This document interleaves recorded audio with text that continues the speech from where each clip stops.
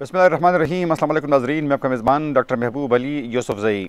नाज़रीन, आज एक दफ़ा फिर पाकिस्तानी सियासत और पाकिस्तानी अदलिया के लिए इंतहाई सनसनीखेज़ दिन था। जिस तरह आप सबको पता है कि 26वीं आईनी तरमीम के बाद एक नया जो आईनी बेंच है उसकी तश्कील दी गई है और आज उस आईनी बेंच का पहला इजलास था।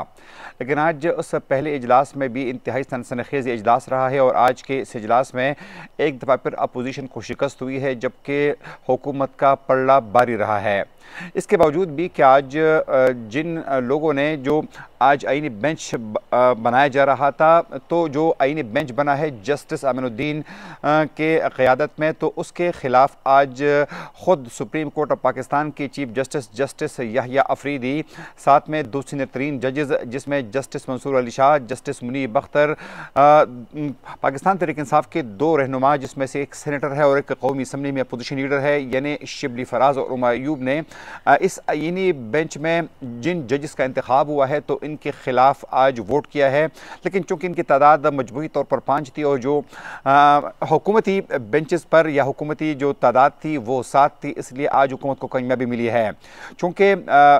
आज इस सेशन में न सिर्फ हुकूमती अरकान शामिल थे बल्कि साथ में इसमें अटॉर्नी जनरल ऑफ पाकिस्तान, साथ में वज़ीर क़ानून, इस तरीके से सुप्रीम कोर्ट बार के जो साबिक़ सदर थे वो, साथ में एक खातून रहनुमा, ये तमाम लोग शामिल थे। तो इसलिए आज हुकूमत को कामयाबी मिली है, जबकि अपोजिशन को शिकस्त का सामना करना पड़ा है। नाज़रीन, एक आईनी बेंच बना है और ये आईनी बेंच जो है ये इस बात का फैसला करेगा कि सुप्रीम कोर्ट ऑफ पाकिस्तान के सामने जो आईनी मसाइल जो है वो सामने आएंगे तो उसका फैसला ये आईनी बेंच करेगा। लेकिन इस आईनी बेंच में सुप्रीम कोर्ट के जो 3 सीनियर तरीन जजेस हैं बशमूल चीफ जस्टिस ऑफ पाकिस्तान यानी जस्टिस याहिया अफरीदी, जस्टिस मंसूर अली शाह और जस्टिस मुनीब अख्तर को शामिल ही नहीं किया गया है। नाज़रीन, ये तो थी आज की कार्रवाई, लेकिन आज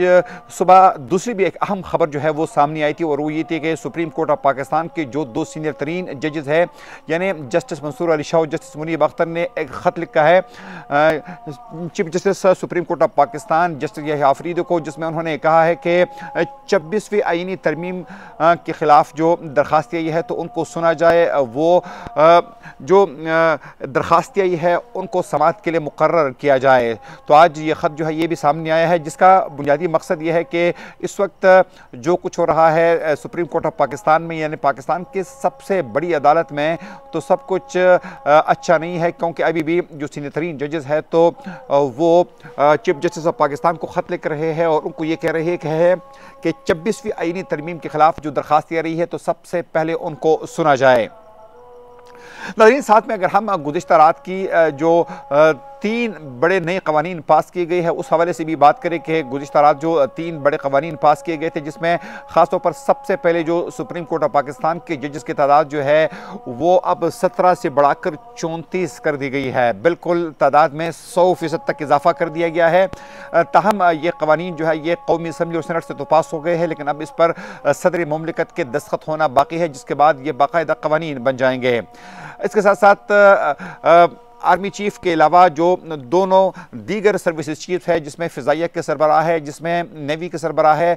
उनकी जो मुद्दत मुलाजिमत है बतौर चीफ अपने अपने फोर्सेस की सरबराह के तौर पर, तो अब जो कि ये पहले 3 साल की होती थी तो अब इनमें इजाफा करके 5 साल कर दी गई है। आज इस पर अपोजिशन रहनुमा जो थे वो गरजे बरसे, ख़ासतौर पर अगर हम उमर अयूब की बात करें, हम शेख वक़ास अकरम की बात करें, तो उनका ये कहना था कि ये आइन के साथ खिलवाड़ किया गया है। खुद मौलाना फजल रहमान इस पर राजी नहीं है। खुद अवामी नेशनल पार्टी के सरबराह एमर वली खान, जिन्होंने 26वीं आईनी तरमीम के लिए वोट भी किया था, लेकिन वो भी इस पर तनकीद कर रहे हैं। बल्कि आज पाकिस्तान पीपल्स पार्टी के एक अहम रहनुमा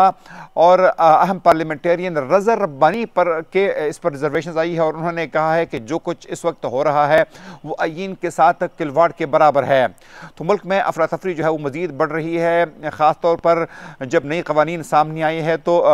इसके बाद जो है मज़ीद अफरा तफरी जो है उस पर इजाफा हो रहा है। साथ ही नाज़रीन,